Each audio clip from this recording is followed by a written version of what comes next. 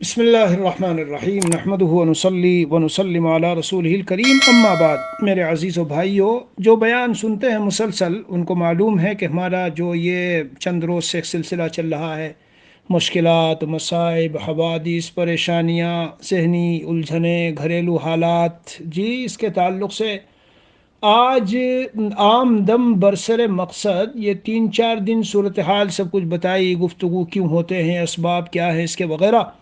آج میں آپ حضرات کو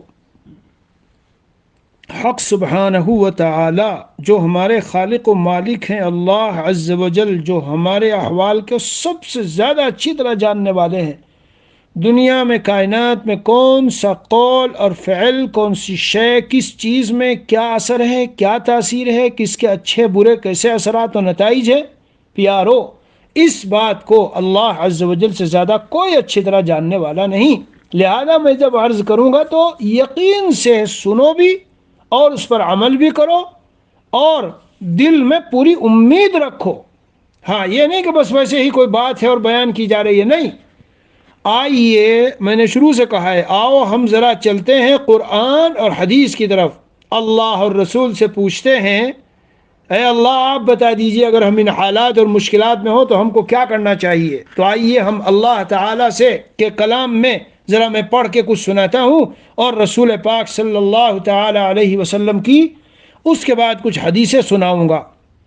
کہیں کے لیے میرے بھائیوں، آپ کی جس طرح کی جو مشکل، جو پریشانی، جو ٹینشن، جو الجھن، جو حالات، جو ناگوار باتیں جس طرح کی بھی ہے، گھریلو ہو، باہر کی ہو، کاروبار کی ہو، خاندان کی ہو، پڑوسیوں کی ہو، محلے کی ہو، زمین کی ہو اور قرضوں کی ہو، جو بھی ہے، اللہ تعالیٰ فرماتے ہیں، اعوذ باللہ من الشیطان الرجیم، بسم اللہ الرحمن الرحیم، ومن يتق الله يجعل له مخرجا ويرزقه من حيث لا يحتسب۔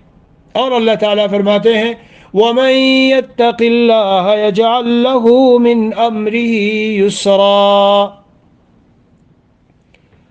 ترجمہ سن لو میرے بھائیو۔ اللہ عز و جل فرماتے ہیں، جو میرا بندہ بندی صحیح طرح مجھ سے ڈر کر تقوی والی زندگی گزارے گا، یعنی قدم قدم پر اس کے دل میں میرا خوف ہوگا، جو کچھ کر رہا ہے سوچ کے کر رہا ہے کہ میرے اللہ نے کرنے کو کہا تو کر لوں، اور اگر منع کیا ہے، بچنے کو کہا تو بچ جاؤں۔ جو اس طرح قدم قدم پر زندگی گزارے گا، خلوتوں میں، جلوتوں میں، زندگی کے تمام میدانوں میں، اللہ فرماتے ہیں یہ تو اس طرح زندگی گزار رہا ہے، اب اس کے کام بنانا، اسے مشکلات سے نکالنا، اس کے لیے آسانیاں پیدا کرنا، اور جن حالات و مسائل میں انسان الجھے رہتے ہیں ان سب سے اس کو آسانی کے ساتھ نکال لینا، سب کی آسان تدبیر کر دینا، یہ میرا کام ہے۔ یجعل لہ من امرہ یسرا، میں تو اس کے تمام مشکلوں کو آسان کر دوں گا۔ گھر میں جوان بچیاں بیٹھی ہیں، نہیں، ٹینشن نہیں ہونے دوں گا۔ رشتے آ گئے اچھے اچھے، قرضوں کا معاملہ ہے، ایسے اسباب بنا دوں گا کہ کہیں سے بھی انتظام ہو جائے گا۔ لڑائی جھگڑا ہے، دشمن ہی کو اس کا ایسا دوست بنا دوں گا کہ وہی جان چھڑکنے والا بن جائے گا۔ عزیزو، میرے عزیزو، کیا آپ کو یا مجھے العیاذ باللہ اس میں کوئی شک و شبہ ہو سکتا ہے؟ تو ہم نیک کیوں نہیں بنتے بھائی؟ ہم تقوی والے کیوں نہیں بنتے؟ اللہ کے نیک بندے بندیوں میں کیوں شامل نہیں ہوتے؟ گناہوں میں کیوں ڈوبے ہیں؟ ہماری رات دن خلوتیں جلوتیں اللہ تعالیٰ کی نافرمانیوں میں جب ہوں گی تو قرآن نے صاف اعلان کر دیا، صاف اعلان ہے کہ صرف اللہ کے دین اور یاد میں اطمینان ہے، باقی ورنہ میں اطمینان چھین لوں گا، تنگ اور تلخ اور کڑوی زندگی دوں گا۔ تو میرے بھائیوں، کیا آپ کو کسی کو اس میں شبہ ہو سکتا ہے؟ نہیں ہو سکتا۔ تو ہم نیک بن جائیں، تقوی پہ آ جائیں، اللہ والوں سے پوچھ کر تقوی اختیار کر لیں، تمام مشکلیں آسان۔ یہ ہے اس میں یہاں۔ اور دوسری جو آیت ہے اس میں کیا ہے؟ یجعل لہ مخرجا، میں تمام مشکلوں سے نکلنے کا راستہ بنا دوں گا، وَيَرْزُقْهُ مِنْ حَيْثُ لَا يَحْتَسِبْ، اور میں اس کو رزق و روزی ایسی جگہ سے دوں گا جہاں اس کا وہم و گمان نہ ہو۔ میرے عزیزوں اور بھائیوں، عامتاً رزق و روزی سے ہم کھانا پینا سمجھتے ہیں، لیکن در حقیقت اللہ عز و جل کے اس کلام کا منشا کیا ہے؟ میں اس کی ضروریات کا ایسا انتظام کروں گا۔ اور پیارو، میرے اور آپ کے سامنے اللہ والے، اہل اللہ، اولیاء اللہ کی زندگی کے واقعات بھی ہیں، لیکن ہم پھر بھی سبق نہیں لیتے۔ نفسانی خواہشات جذبات پہ چلتے ہیں، دین کے احکام کو توڑتے ہیں. تو میں صرف آپ کو سنانا چاہتا ہوں قرآن. جی آ جاؤ دوسری جگہ. اللہ عز و جل قرآن میں فرماتے ہیں فَقُلْتُ اسْتَغْفِرُوا رَبَّكُمْ إِنَّهُ كَانَ غَفَّارًا يُرْسِلِ السَّمَاءَ عَلَيْكُمْ مِدْرَارًا وَيُمْدِدْكُمْ بِأَمْوَالٍ وَبَنِينَ وَيَجْعَلْ لَكُمْ جَنَّاتٍ وَيَجْعَلْ لَكُمْ أَنْهَارًا. مال بھی ملے گا، اولادیں بھی ملیں گی، باغات بھی، نہریں بھی، سب بارشیں ہو رہی ہے، جنات اور نہریں اور مال اور اولاد سب طرح سے. کس بات پر؟ اے میرے بندے بندیو، صدق دل سے سچی توبہ کیوں نہیں کرتے؟ توبہ استغفار پہ آ جاؤ. اللہ تعالیٰ فرماتے ہیں کیا؟ میں نے کہا استغفروا، تم توبہ اپنے رب سے مغفرت طلب کر لو، اللہ تعالیٰ بہت ساری بارشیں بھی برسائے گا اور اولاد بھی دے گا اور مال بھی دے گا اور نہریں اور باغات بھی تمہیں عطا کرے گا. میرے بھائیو، کہاں ہم پریشانیوں کا حل ڈھونڈ رہے ہیں؟ کن چکروں میں ہیں؟ کیوں ذہنی اپنی پریشانیوں کو دن بدن بڑھا رہے ہیں؟ وہاں فون کریں، اس کو یہ کریں، وہاں کورٹ میں جائیں، وہاں میٹنگ بلائیں اور وہاں پنچایت بلائیں اور گاؤں والوں کو اکٹھے کریں. یہ اللہ کا کلام ہے جو جھوٹ ہو نہیں سکتا. اللہ تعالیٰ فرماتے تم سچی صدق دل سے توبہ تو کرو. اور سنو، قال رسول اللہ صلی اللہ علیہ وسلم من لزم الاستغفار جعل الله له من كل ضيق مخرجا ومن كل هم فرجا ورزقه من حيث لا يحتسب. سبحان اللہ. پیارے نبی صلی اللہ علیہ وسلم کا ارشاد گرامی ہے، کیا فرمایا؟ جو استغفار کو لازم پکڑ لے گا، سچے دل سے استغفار ہے، ندامت ہے، توبہ ہے، اللہ کے در کو مضبوطی سے پکڑ لیا، گناہوں سے توبہ کر لی، صدق دل سے اللہ کا بن گیا، تو جعل اللہ له من كل ضيق مخرجا، ہر تنگی سے اللہ اس کے لیے نکلنے کا راستہ بنا دیں گے. وہ خواتین جو اپنے شوہروں کی شدت مزاج اور سختی اور غصہ گرمی اور ان کی لاپرواہی مزاج کی شکایتیں کر رہی ہے، جس تنگی میں ہے، اللہ فرماتے ہیں میں اس تنگی کو نکال دوں گا. تم لازم کر لو اپنے اوپر روزانہ 500-600 مرتبہ استغفار کرنا ہے. اے وہ لوگوں جو کاروبار، معاش کی تنگی، قرض کے بوجھ اور ادھر ادھر کے حالات میں دبے ہو، من کل ضیق مخرجا، ہر تنگی سے نکال دوں گا. اے وہ ماں و بہنوں اور معاشرے میں جینے والوں جن کو ان کی بچیوں اور بچوں کی شادی نہ ہونے نے غم میں ڈال رکھا ہے اور رات دن ان کی نیندیں اڑی ہوئی ہے، پیارو نیند تو سو، مزے کے ساتھ سو اور غم کو دل سے نکال لو. بس کیا کر لو؟ استغفار کو لازم پکڑ لو. سمجھ رہے ہو؟ اور استغفار کی حقیقت یہ نہ سمجھنا جیسے حضرت یونس علیہ السلام نے جب کہا لا الہ الا انت سبحانک انی کنت من الظالمین، تو صرف کلمہ نہیں تھا کہ زبان پہ تسبیح دہرا رہے ہیں، نہیں، دل کی ندامت کے ساتھ یہ کلمہ جب نکلے گا. اسی لیے خود لا الہ الا انت سبحانک انی کنت من الظالمین کی کثرت سے پڑھنا، یہ بھی کلمات استغفار میں سے کلمہ ہے. استغفر اللہ ربی من کل ذنب واتوب الیہ، استغفر اللہ الذی لا الہ الا هو الحی القیوم واتوب الیہ، استغفر اللہ العظیم الذی لا الہ الا هو الحی القیوم واتوب الیہ. کر لو، ان کو لازم پکڑ لو میرے بھائی. اللہ کے نبی جھوٹ نہیں بولیں گے.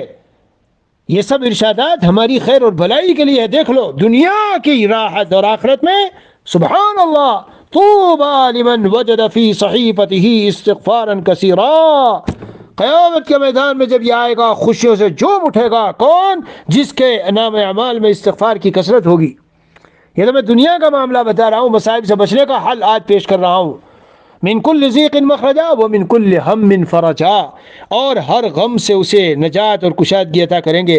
ہم اس غم کو کہتے ہیں الذی یذیب الانسان، جو انسان کو پنگلا کر رکھ دیتا ہے. میرے پیارے بھائیو، بہت سے غم ہوتے ہیں. اولاد پر خوب محنت کی مگر نافرمانی پہ لگ گئی، ڈرگس میں چلی گئی، آوارہ بن گئی، کلبوں میں جانے لگی، بری صحبت ملنے کی وجہ سے تباہی و بربادی کے راستوں پہ چلی گئی، ماں باپ کی نیندیں اڑی ہوئی ہیں اور ایسا غم اندر گھن لگ گیا ہے جو ان کو کھائے جا رہا ہے. بیوی ہے، اس سے بچے ہیں، طلاق کے اوپر جا رہی ہے اور ماننے کو تیار نہیں ہے، بیچارے کی نیند اڑی ہوئی. ایسا غم ہے جو رات دن پنگلا کے رکھ دیا ہے. ہائے میرے بچوں کا کیا ہوگا؟ اللہ کے رسول فرما رہے ہیں پیارو، کیا فرما رہے ہیں؟ من کل ہم فرجا، اللہ تعالیٰ اس سے بچا لیں گے تجھے. تو استغفار کی کثرت پہ آ جا، صرف دل سے توبہ کر لے.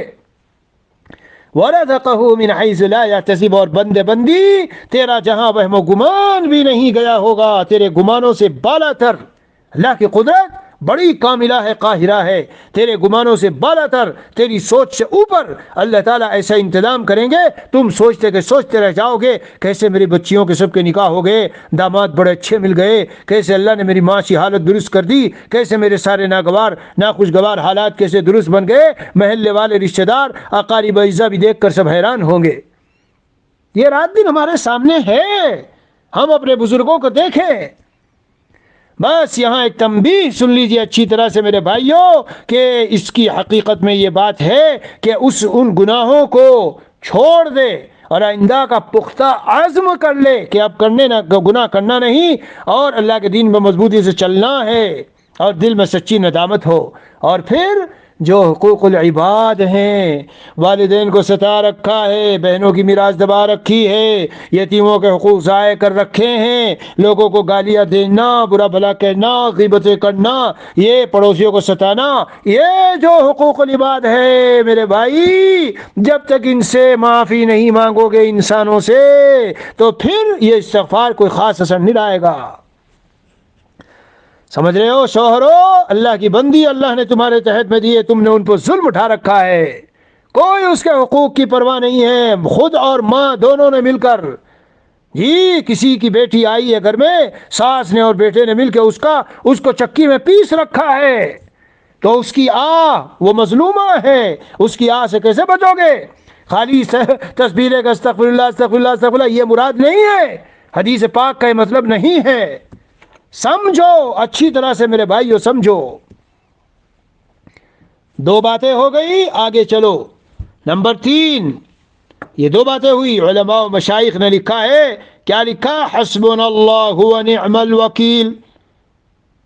حضرت مفتی شفیع صاحب معرب القرآن میں لکھتے ہیں، ہجوم افکار کے، جب بہت زیادہ افکار کا ہجوم ہو اور خیالات اور پریشانیاں اور ذہنی الجھنیں گھیر رہی ہوں، تو حسبنا اللہ و نعم الوکیل کا پڑھنا بڑا ہی مجرب ہے، بڑا ہی مجرب ہے۔ حضرت شاہ ولی اللہ محدث دہلوی رحمۃ اللہ علیہ نے لکھا ہے کہ 111 مرتبہ حسبنا اللہ و نعم الوکیل، حسبنا اللہ و نعم الوکیل، حسبنا اللہ و نعم الوکیل، اور اول و آخر 11 مرتبہ درود شریف پڑھ لیا جائے۔ جب کوئی خاص مہم، کوئی مسئلہ، کوئی خاص ضرورت پیش نظر ہو تو اس وقت میں اس کا خاص ورد کیا جائے۔ نمبر 3 پہ ہو گیا، کیا ہو گیا؟ حسبنا اللہ و نعم الوکیل۔ بھائیو مانا جانتے ہو؟ اللہ ہی ہمیں کافی ہے اور وہ میرا بہترین کارساز ہے، اللہ ہی ہمیں کافی ہے اور وہ میرا بہترین کارساز۔ سمجھتے ہو؟ سارے کام بنانے والا میرا اللہ ہی ہے جو سارے کام بنانے کے لیے کافی، اور بے شک اس میں کوئی شک ہے نہیں۔ نمبر 4، کان رسول اللہ صلی اللہ علیہ وسلم اذا حزبہ امر فزع الی الصلاۃ۔ سب حدیثیں بتا رہا ہوں جس میں جھوٹ کا کوئی امکان نہیں ہے۔ حضور اقدس صلی اللہ علیہ وسلم کو جب کوئی اہم معاملہ درپیش ہوتا تھا تو صلاۃ نماز کی طرف متوجہ ہوتے۔ ہم نے صلاۃ الحاجت پڑھنی ہی چھوڑ دی، اور سب وظائف چاہیے، کوئی تعویذ چاہیے، کوئی خاص عزیز تسبیح چاہیے، کوئی یہ چاہیے وہ چاہیے۔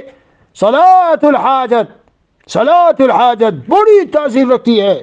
حضرت شیخ زکریا رحمۃ اللہ علیہ کی فضائل اعمال کا واقعہ میں نے وہاں لکھا ہے، کہاں؟ اپنی جو ایک کتاب ہے، جو بس آپ اتنا کر کے تو دیکھیے، اس کے اندر میں نے اس کو نقل کیا ہے، آپ کو اگر ضرورت ہو وہاں پڑھ لیں، ابھی اتنا وقت نہیں ہے۔ بہرحال توجہ سے پوری لجاجت کے ساتھ، گریہ و زاری کے ساتھ 2 رکعت نماز پڑھو، اور پھر لا الہ الا اللہ الحلیم الکریم، سبحان اللہ رب العرش العظیم والحمد للہ رب العالمین، اخیر تک دعا دیکھ لینا، مل جائے گی، اسی کتاب میں ملے گی اور سب جگہ میں ہے۔ اسے دعائے کرب کہتے ہیں، دعائے کرب۔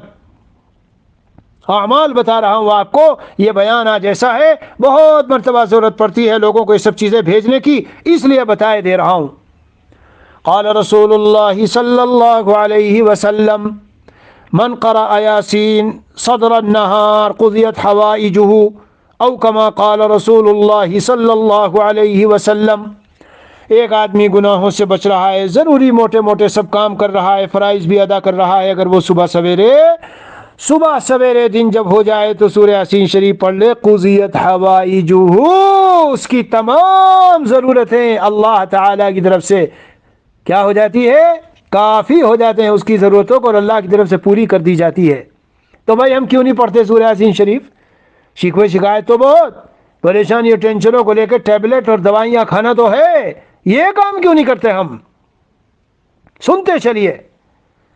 تو سب سے پہلے ہوا تقوی، نمبر 2 پہ ہوا استغفار، توبہ و استغفار جی، اور نمبر 3 پر میں نے بتایا حسبنا اللہ و نعم الوکیل، اور نمبر 4 پر ہو گئی صلاۃ الحاجت، اور نمبر 5 پر ہو گئی سورہ یاسین شریف، اور نمبر 6 لا حول ولا قوة الا باللہ، لا ملجا ولا منجا من اللہ الا الیہ، لا حول ولا قوة الا باللہ، لا ملجا ولا منجا من اللہ الا الیہ. اس کو صرف آپ 100 مرتبہ پڑھ لو. حدیث پاک میں تو 10 مرتبہ پڑھنے پر زبردست فضیلت آئی ہے. کیا 70 قسم کی مشکلیں اللہ دور فرماتے ہیں جن میں ادنا درجے کا فقر ہے. اب ہم پڑھتے رہتے ہیں تو جو لوگ اللہ کے نیک بندے ہیں وہ مزوں میں زندگی گزارتے ہیں، تو ہمیں احساس نہیں ہوتا. میرے پیارے، تو چونکہ اس کا معمول بنائے ہوئے ہیں، اس لیے بہت ساری حوادث سے اور مصائب سے اور ان سے تجھے بچایا گیا ہے.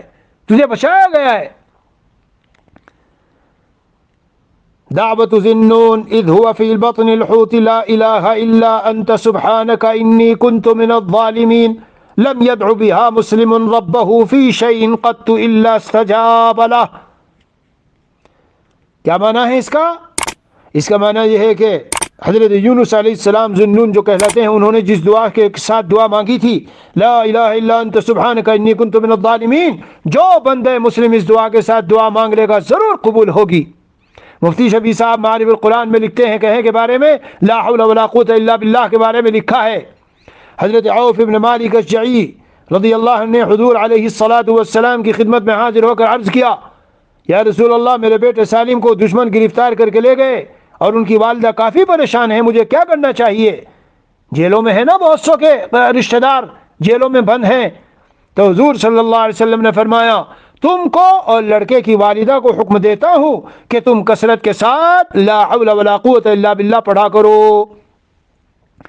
چنانچہ وہ جو جیل میں لڑکا تھا، اس کے والد و والدہ نے جب اس کی تعمیل کی حکم کی اور کثرت سے پڑھا، کیا اثر ہوا؟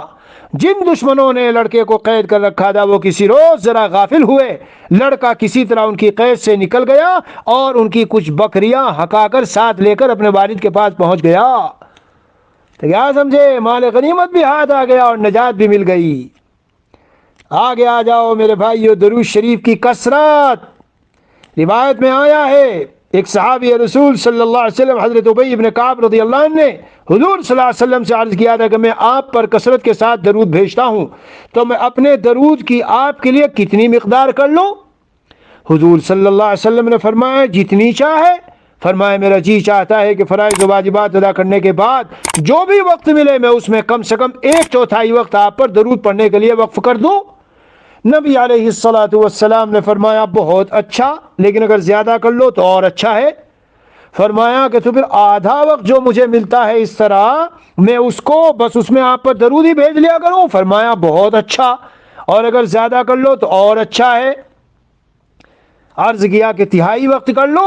فرمایا کہ بہت اچھا ہے، 2/3 کر لو اگر اور زیادہ. اس طرح خلاصہ ہے کہ اخیر میں آپ کو بتاتا ہوں، نبی اکرم صلی اللہ علیہ وسلم نے اس بات پر جب صحابی نے کہا کہ میں تمام اپنے جو زائد وقت ہے بس اس میں آپ پر درود ہی بھیجا کروں گا، تو حضور علیہ الصلاۃ والسلام نے فرمایا، اذن تکفا ہمک ویغفر لک ذنبک، تب تو اللہ تعالیٰ تیرے تمام غموں کی طرف سے تجھے کافی ہو جائیں گے اور حق سبحانہ و تعالیٰ تیرے تمام گناہوں کو بخش دیں گے. کیا معنی نکلا؟ دنیا کی ضرورتیں بھی پوری، دنیا کے مصائب اور حوادث بھی ختم، اور آخرت میں مغفرت بھی مل گئی. صدقہ، آگے بڑھو میرے بھائیو. صدقے کا معنی یہ نہیں ہوتا کہ بہت زیادہ پیسہ دینا، کم ہو یا زیادہ، جس کی جتنی حیثیت ہو.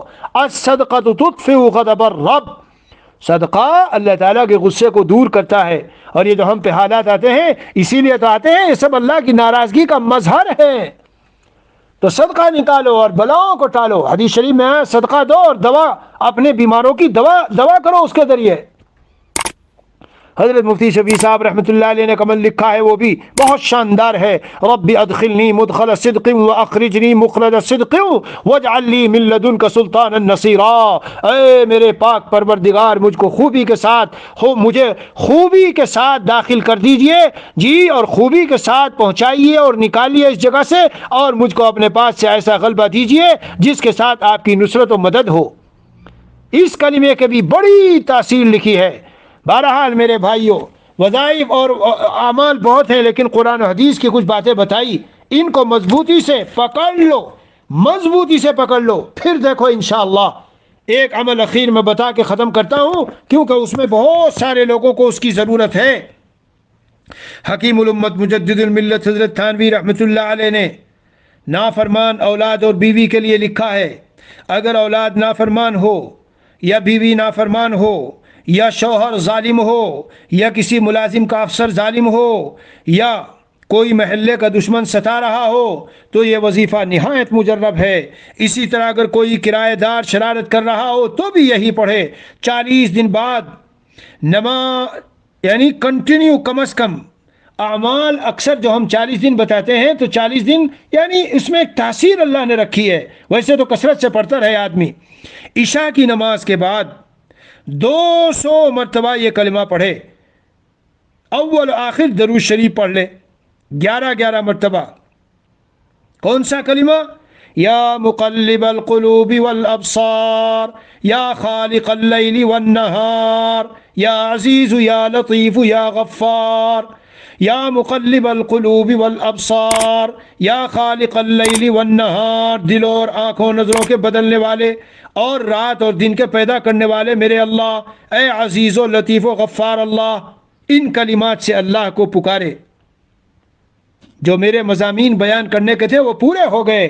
اب پیار و اخیر میں بات کہہ کے چلوں گا، اگر ہم اس طرح کے معمولات کرتے ہیں، تقوی سے بھی ہیں اور یہ بھی کر رہے ہیں اور یہ بھی کر رہے ہیں، اور پھر بظاہر پریشانیاں ہیں، تو انشاءاللہ وہ پریشانیاں دل پر اثر انداز نہیں ہوں گی، وہ آپ کا آخرت میں درجہ بڑھانے کے لیے ہوں گی، اور بس اس کے سوا اور کچھ نہیں. اللہ عز و جل مجھے آپ کو ہم سب کو عافیت کی زندگی نصیب فرمائے. دعائیں بھی مانگنی چاہیے میرے بھائیوں. کیوں؟ دعا جو بلا نازل ہوئی اس سے بھی اور جو آ رہی ہے اس سے بھی ہمیں محفوظ کر دیتی ہے. روایت سنائی تھی نا ایک دن، دعا جاتی ہے آسمان پر، ادھر سے بلا آتی ہے، دونوں ملتی ہے اور آپس میں جب ٹکر ہوتی ہے تو وہ وہیں لڑتی رہیں گی، قیامت تک بلا نیچے آ نہیں پاتی. خوب دعا مانگنی چاہیے لجاجت کے ساتھ. اب کیا کہوں، بات سے بات نکلتی ہے. حرام مال اگر کھا رہے ہوں گے تو میرے بھائیوں، یا ظلم کر رہے ہوں گے یا والدین کا دل دکھا رہے ہوں گے جی، اس قسم کے بعد گناہ ایسے ہیں، پھر ان دعاؤں کا اور ان کلمات کا اور ان اعمال کا جو اصل پورا اثر ہے وہ نہیں ہو پاتا. اسی لیے علماء نے، مشائخ نے لکھا، کبائر اور بڑے بڑے گناہوں میں مرتکب ہونے والے شخص کے لیے جتنے یہ فضائل کے اعمال ہیں ان کی فضیلت ظاہر نہیں ہوتی. سمجھ گئے بھائیوں؟ اللہ مجھے آپ کو عمل کی توفیق عطا فرمائے. اسے بیان کو سنو اور دوسرے اپنے بھائیوں کو سنو اور دور تک جہاں ساتھی ہیں ان کو پہنچاؤ، کیونکہ اس میں جو کچھ میں نے پیش کیا ہے یہ عبدیت اور بندگی اور اللہ تعالیٰ کی اصل مراد اور مقصود جو بندے سے ہے وہ اپنے اندر لیے ہوئے ہیں. ان اعمال و وظائف سے ہم اللہ تعالیٰ کے فیصلے کو، اللہ کو کسی فیصلے پر مجبور نہیں کریں گے، گویا اپنی ایک طرح کی مدد طلبی اس کا اظہار کر رہے ہیں اللہ کے سامنے، اور ضرور ہو کے رہتے ہیں یہ پورے، کیونکہ اللہ اور رسول کے وعدے ہیں جو بالکل جھوٹے نہیں ہوتے. جنہوں نے آج تک تاریخ میں ان پر عمل کیا وہ کامیاب رہے. وصلی اللہ علی النبی الکریم وعلی آلہ واصحابہ اجمعین والحمد للہ رب العالمین.